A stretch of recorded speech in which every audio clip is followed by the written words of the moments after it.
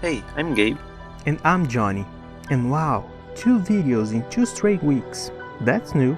Well, don't get used to it yet. We're only doing this because there's something kinda important we had to point out before a certain game gets released. Hyrule Warriors Age of Calamity barely released 2 levels in its demo for the Switch and already seems to have screwed something up. Don't get me wrong, I love the first Warriors games even with its plot holes, and I think it will be no different with this one.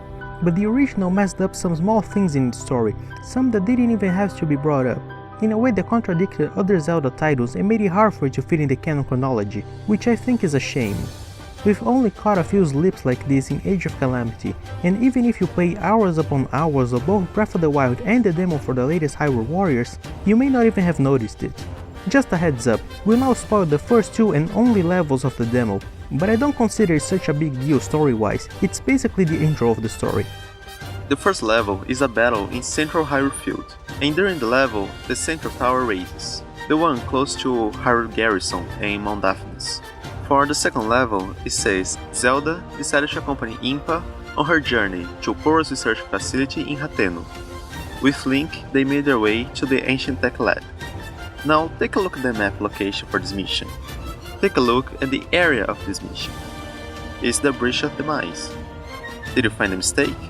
Anyone who's beaten Breath of the Wild should notice it easily. This area right here is the Royal Ancient Lab ruins in Breath of the Wild. It may have passed a little unnoticed in its ruined state, but this is probably where Robbie and Purah were doing their research on guardians for King Rohan.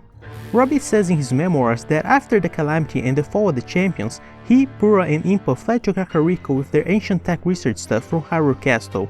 From there they decided to take separate ways to avoid Calamity Ganon. So Impa stayed in Kakariko, and he and Purah found large amounts of ancient energy in the Akkala and Necluda regions, where they each moved to continue their research after a rock, paper, scissors match, each taking with them one guidance stone they used in their researches back in the castle. That already seems to imply that both the Akkala and Hateno ancient tech labs we visited in Breath of the Wild weren't a thing before the Calamity. But I can let this one slide, and say that maybe Purah used to work in a faraway location for no good reason, before getting called to work for the king and later decided to return to the same location. But my main issue here is that in Age of Calamity, you are clearly going northwest of Hyrule Field, towards the Royal Lab, while the text and narrated voiceover of the king state you are going all the way to Hateno, not only in the wrong direction, but a main location well known to players on the far opposite side of the map. And the second issue we noticed so far. After the second level, you see 4 levels for you to choose. One for each champion to be asked to pilot the Divine Beasts. This is where the demo ends, and maybe there could be a slightly different level order once released, but from the looks of it, the full game would continue right from there. Here's the problem, in Age of Calamity, Link still doesn't have the Master Sword. When in Mipha's diary in Breath of the Wild, it is clearly stated that he visited her already wielding the sword before Zelda's visit to discuss the Divine Beasts. The way this is going, it seems they are going for another timeline split with this game, which is exactly the mess created by the official timeline that Breath of the Wild was trying to wave aside for good by placing the game thousands of years after any other title. I get it, they may think these are small details and don't really matter. But if on the first 2 levels they already screwed some basic things up that they had only to pay attention to a single game to get it right, who knows what else may be ahead.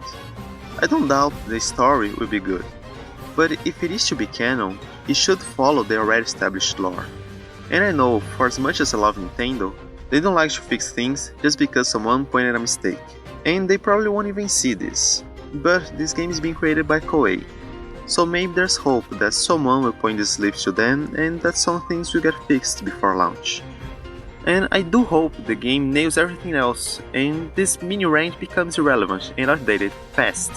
Well, that will be all for today. This is only a quick thing we wanted to address before the game gets released next Friday. And even though it was short, feel free to give this video a like and consider subscribing if you enjoy this kind of Zelda content. Last week, we talked about the very first Zelda for the NES. You can check it here. We'll see you next week with our regularly scheduled programming. Bye!